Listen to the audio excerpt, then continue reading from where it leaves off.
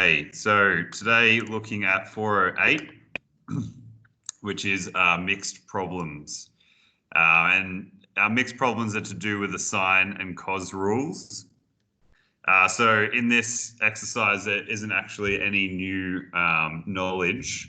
It's just applying the knowledge you've learned over the last couple of exercises. So over I think it was 06, 407, and potentially 408 as well, area.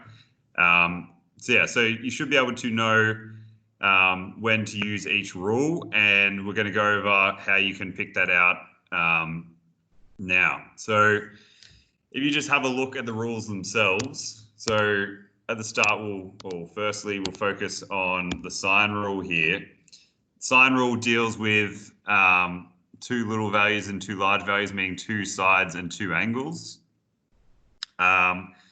And then remember, you're always looking to only have one unknown. So you're going to have an unknown side or an unknown angle there. So if we were to draw a triangle, and if we were given a triangle, we have to be looking at, two sides and their corresponding angles. So A or sine A, and say B and sine B on the inside there. So yeah, you're looking for a question where one of these values you don't know. So whether that's you don't know the A value, or maybe you don't know one of the angle values. And it can be quite tricky to pick out which rule you're going to need to use. But again, it's something you'll probably pick up over time.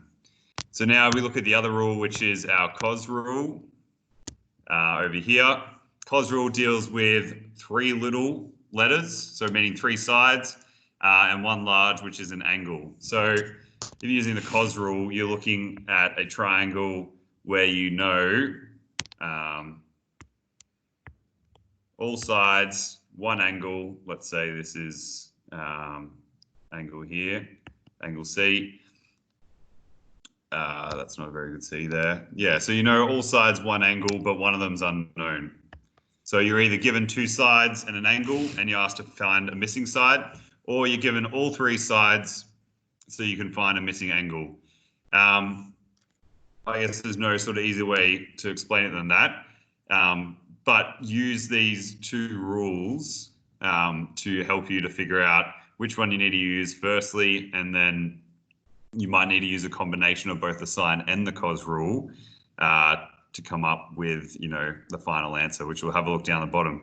So in this chapter, you're going to get two types of questions. You're going to get a worded question, or you're going to get worded questions, and you could get questions with accompanying diagrams, which is quite handy, so you can visualize it.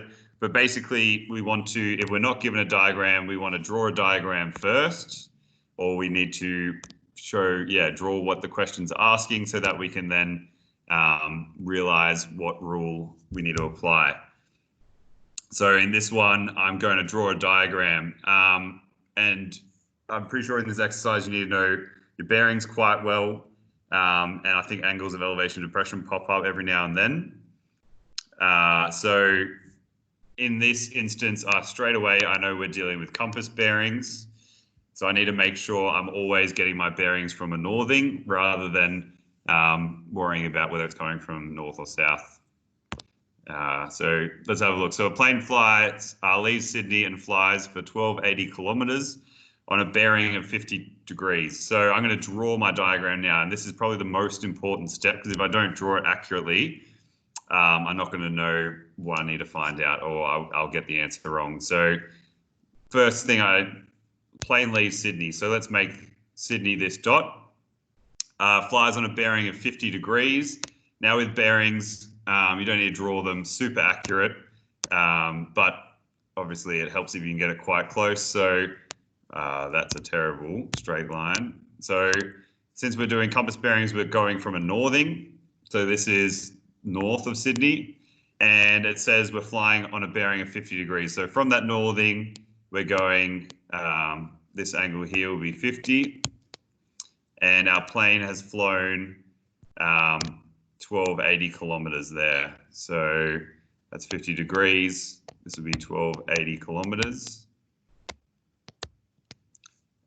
It then turns and flies from that point for 3,215 kilometers on a bearing of 149.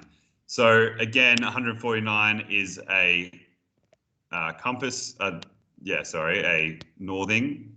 So 149 degrees is almost getting close to 180, so it's going to be kind of on this direction. So I'm going to put my 149 on here. And 3215 is about 3 times the size of the other one. Again, it doesn't quite matter, but it does sort of help to visualize if we get kind of proportions somewhat accurate. So 3215 kilometers.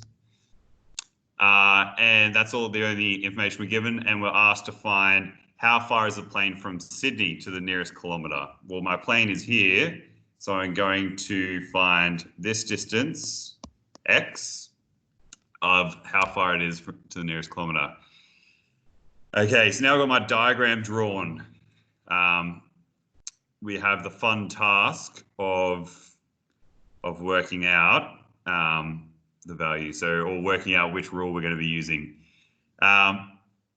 So I have a look at what I can sort of find in regards to this this triangle here, and it hints to me that I'm probably going to have to be using the sine rule for this, considering, or would I use? No, I could probably use the cos rule because I know 2 sides. One of them's unknown. So remember, cos rule, you're looking at 3 sides. Let's just quickly summate it. So cos, you need 3 sides, 1 angle. And sine rule, you need 2 sides and the opposite 2 angles. So I look at which of these or do I have enough or more information closest to? So let's go with, see if we can go with the cos rule, if we can figure out. So cos rule would mean we've got 3 sides, so we just need to find one of the angles in this triangle. So let's have a look. So straight away, this angle over here is probably a bit too complex to figure out because I'm not given sort of enough information for that one. But this angle here, which I'll just highlight, so this angle on the inside of the triangle, I could find using my angle knowledge. So if I continue that northing down, that's going to help me. So I know from my northing at the top, so from this point up here down to this part of the triangle is 149. So I can work out the value of this angle in here.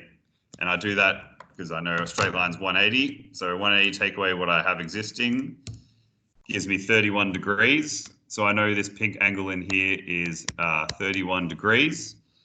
And now I just need to find out this other angle, or the other half of the angle, which I can use from my angle facts. So that angle there will get reflected if we're thinking about both of these northings being parallel lines. I know that 50 degrees gets reflected under here. So 50 degrees in there, meaning that whole angle is going to be the 50 degrees plus the 31 degrees. So that whole angle is going to be 81 degrees. So let me just get rid of this so it looks a bit neater. Get rid of that. So I know this angle here on the inside of the triangle is 50 degrees.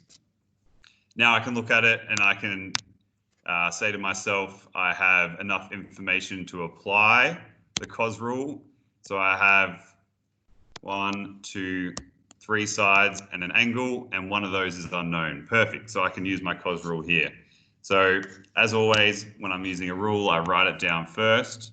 Cos rule for a side is c squared equals a squared plus b squared. Take 2ab cos c. And in regards to the sides, the only thing that matters is the C side because it has to be across from my angle. So this must be C. A and B doesn't matter, like usual. So that could be A, this could be B. Just for purposes. So C, now I'm just going to plug it into my formula. So on the C side, my C value is X. So X squared equals A is 3215 squared plus 1280 squared. That's not a square, that's a degree. Yep, minus 2 times A, 3215, times B, 1280, times cos of my angle. So cos 50 degrees. No, it wasn't.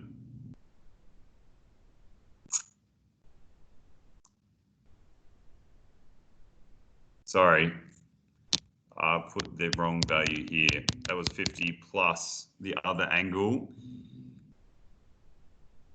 which is 31, so it should be 81. 10, that's been 81 all along. There we go. Okay, 81, which means that X would equal the square root of everything on that side. So I'm not going to put it under there. But now, remember, it's pretty much, I'd need to insert this line here. And I'm going to make sure I put my brackets on as always with a negative in the middle to make sure my operations are done first. That's just something I like to do. So I can go ahead and put that in my calculator now.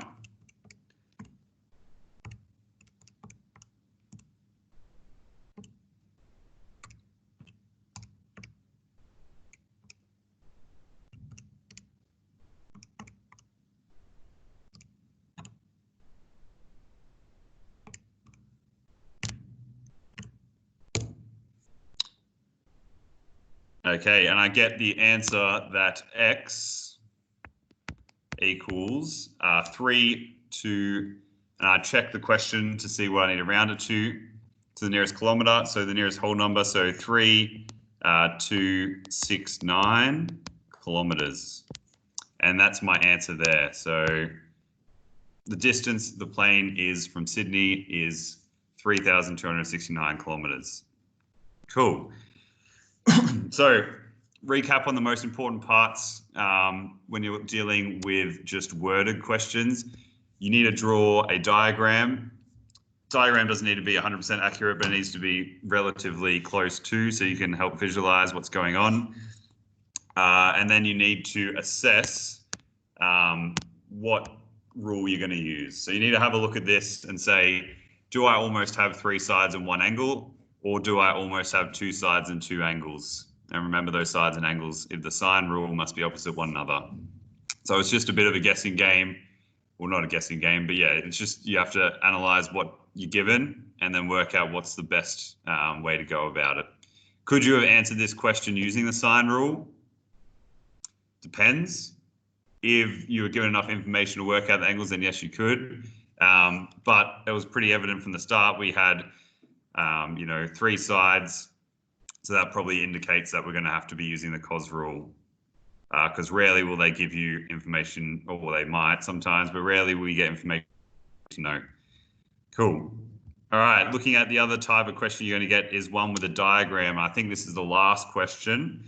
And I wanted to pull this one out in particular just to make sure that you guys are using the right triangle to find the answer for this one.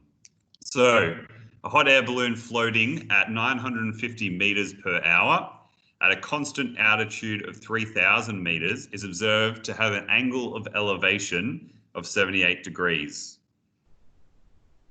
After 20 minutes, the angle of elevation is 73 degrees. Calculate the angle through which the observer has turned during those 20 minutes. So there's a few different aspects to this question. It seems hard, but if you break it down into its parts, it's not as tricky as it might seem at first.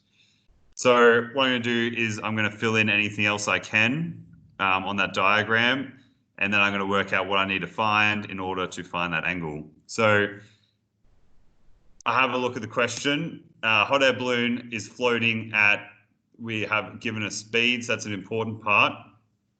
It's at a constant altitude of 3,000 meters, so I can fill the fact in that this side must also be 3,000 because it's telling us it does not change in height. So the height on the other triangle must be 3,000. It's observed to have an angle of elevation of 78 degrees. That's already on our diagram here, so we don't need to worry about that. But this part is quite important. After 20 minutes. So it's flying between, let's put some letters on here. It's flying between, let's call this point A, B, we'll mark all the points C, D, and E. They're all my vertices. It's flying between A and B, flying between here at 950 meters an hour for 20 minutes. So 950 meters an hour, how many 20 minutes are an hour? There's 3. So I need to divide my hour distance by 3. So 950 on 3 gives me an ugly number. So let's, for now, just leave it as 950 on 3. And angle of elevation 73 degrees already given, so we don't need to mark that in. Calculate the angle through which the observer has turned during those 20 minutes. Okay, so you've got 2 options here. To find that angle, we're going to need to look at one of the triangles formed. Now, you could use, how am I going to do this? You could use, it's a different color. You could use this triangle here. But unfortunately, if you did use that triangle, it would be a bit of a mistake. I used it at first, but the thing that's not noted is the fact that the angle will change because points A and B are actually further away from point D. So these lines are further away than the bottom lines. So just make sure you don't use the one we just highlighted, but we're going to be looking at the triangle on the bottom. So the triangle down here, so triangle CDE. So if I draw triangle CDE over here on the left, I'll have, it looks something like this. So D, C, E. I don't know this angle, that's what I need to find. And I am given the fact that that distance there will be the same down here. So I am given that this distance here is 950 on 3 divided by 3. So what I need to essentially find is 2 values, and I'm going to have to find them separately. So let me mark those as X and Y on our original diagram, X and Y. Well, basically, I need to find X and Y here. So I'm going to use 2 separate triangles to figure that out. First, I'm going to be looking at triangle ACD. So let me draw that over here. I'll use a different color. So triangle, we're going to put it, just put it here. So I know that this one has an angle of 73 degrees, 3,000 on the opposite, and underneath, this is my unknown X I want to solve. So at this point, it's a right angle triangle, so I can just use my SOHCAHTOA or simple trig to work it out. So I'll go ahead and work that out. Remember, from my angle, I'm dealing with the opposite side and adjacent side. So O and A means I'm using the tan ratio. So let's do that here. So tan angle equals opposite over adjacent. So fill my values in, tan 73 degrees equals 3,000 on X. I'm bringing the X across to get rid of X, so I'm multiplying through by X. So I'm going to multiply both sides by X. So I get tan 73 degrees times X equals 3,000. And then to get X on its own, I'm getting rid of multiplying by tan 73, which means I need to divide both sides by tan 73. So I'll continue up here. So X equals 3,000 on tan 73. Therefore, x equals, and I'm plug that into my calculator, which I'll do now. Making sure it's in degrees mode. Okay, I get an answer of 917.192, etc. So I'm going to assume I'm doing it to 1 decimal place, 917.2 meters I could put on. So now I know my x. I can plug my x over into my triangle here. So let's do that. So x is no longer unknown. I do know it. And it is 917.2 meters. Okay, so now I've figured out x. Let's figure out y. So again, I'm going to use a different triangle this time. I'm going to draw the triangle above. So we're running out of space here a little bit. Let's see how we go. So I'm going to be using this triangle here. So triangle D or BDE. So let's draw that on. Let's draw it probably the way that you're looking at it. So B, D, E. This I know is 78 degrees. I know the opposite is 3,000. Not a good 3. And I'm trying to find my x on the bottom there. So I'll just get rid of some of this working so we've got a bit of space.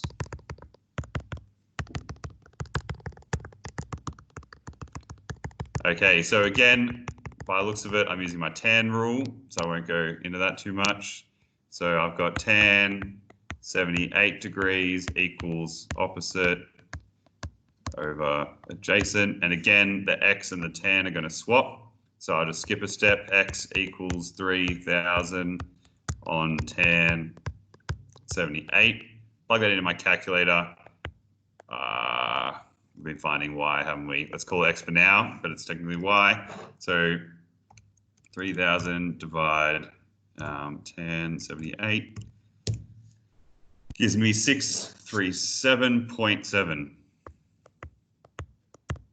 So now I can fill that in on my diagram over here. So y we do know, and it's 637.7. Okay, and I'm just about there. I've got one last bit of working out I need to do. So let me just make some room for that. I really wish it was easier to delete writing.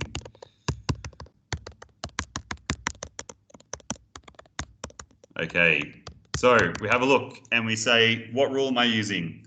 And alarm bells should hopefully be ringing in your head to say, well, I've got 3 side values I know and 1 unknown angle. So looking back, sine deals with 2 sides, 2 angles. So it can't be sine rule, must be cos rule, because cos deals with our 3 angles. Cos rule deals with 3 angles. Oh, sorry, 3 sides and an angle. So let's plug it in. So cos rule, I'm going to write first. So C, and this time we're finding a angle. So I could use the angle version of the cos rule if I remember that. So I might do that. But again, if you don't remember that angle version, technically they're the same rule. So you could use the original one as well. So the angle version of the cos rule is cos theta equals a squared plus b squared take c squared over 2ab. So plug in my values. Cos, don't know the angle yet. That's what I'm finding. Equals a. Now again, doesn't matter. Or the only thing that matters is that side c. So let's call that a and b. So a squared is 917.2 squared plus b, which is 637.7 squared. Take c squared, which is 950 on 3 squared, all over 2ab. So 2 times 917.2 times 637.7.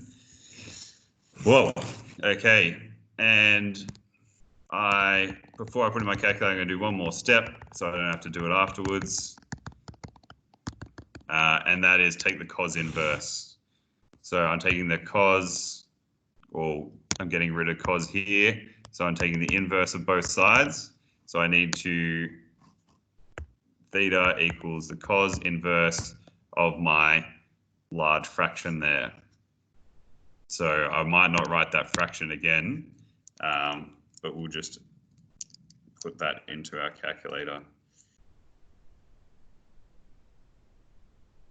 So I'm going to write that. So I'm taking this fraction here, that goes into my cos inverse. So again, the way I do it in my calculator, because if you're cos inversing, actually this one might check out, but I always just do it in steps. So I do the first 917.2 squared plus 637.7 squared, take bracket 950 by 3, or you can use the fraction button, squared, equals. Once I've done that, I'll then divide through by the bottom. So I'd hit divided by, it will put answer there for me. So 2 times 917.2 times 637.7 equals, I get quite a large number. And then I need to take the cos inverse of that answer, which isn't going to check out. So that's quite annoying. So give me a second. Let me see if I can put it in all at once.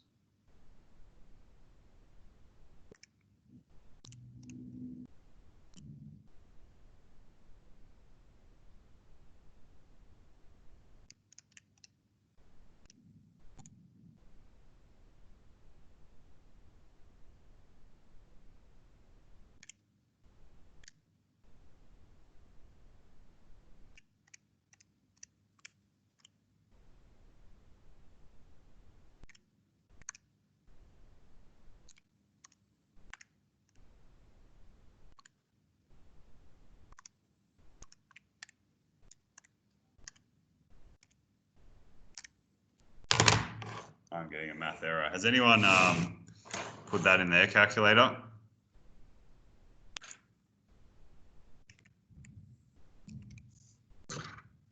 All right, well, let's get rid of 950 on 3, and we'll just round it for now.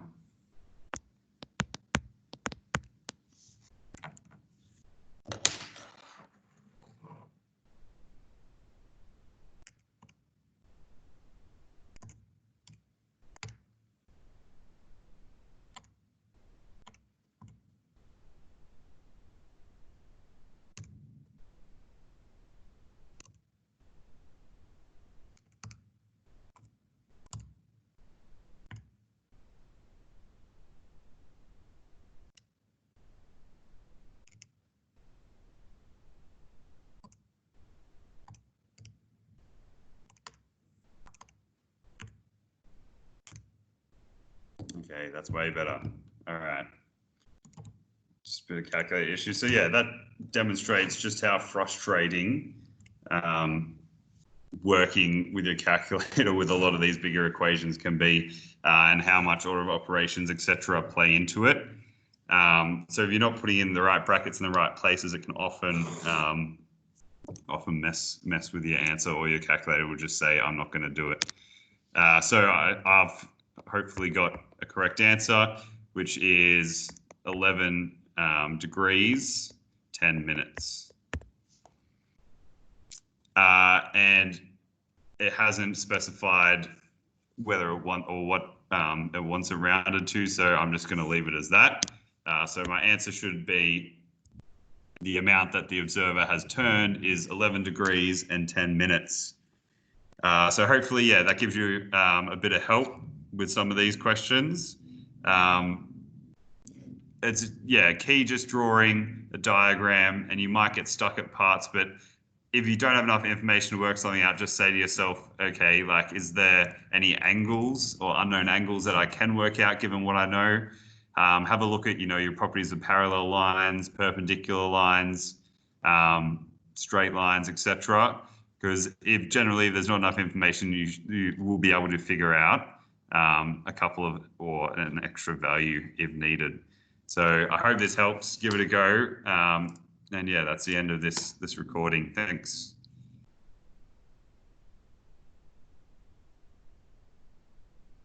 Does anyone have any